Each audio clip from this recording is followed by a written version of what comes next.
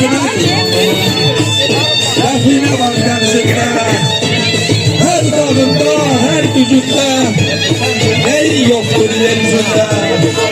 Servetine kurban yaz arzulu, yaz dilekli, tut şörehli, tut şörehli, könlüm diyen dağ milletine kurban olur. Kendimizin her tarafından görünen her yer yanında üç tongalımız dalanır. Ocaklarımız sönmesin, kulaklarımız kurumasın, suyumuz ebedi akar olsun.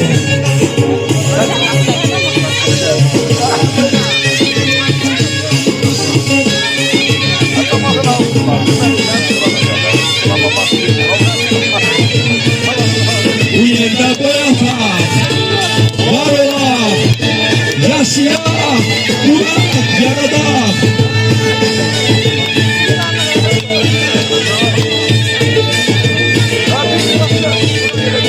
Çok güzel, çok muhteşem görüntülerdir. Ve bu bir daha gösterir ki biz varız, biz bu yere, bu yurda, bu doğma. Allah cem şehitlerimize rahmet eylesin. Allah gazilerimize can sağlığı versin. Allah ağrı baş komandamızı korusun, var eylesin.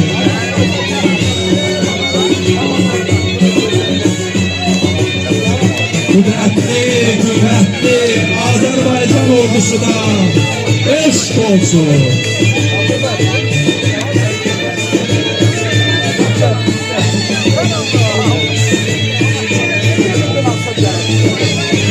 Çok sağ ol efendim. Yarın yolun var olsun.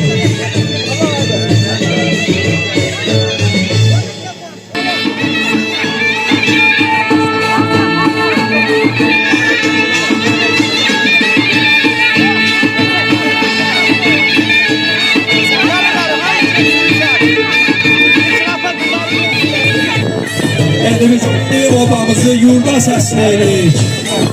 Torpağımıza, elimize, obamıza səsləyirik. Tonqallarla qrup yaratmağa səsləyirik.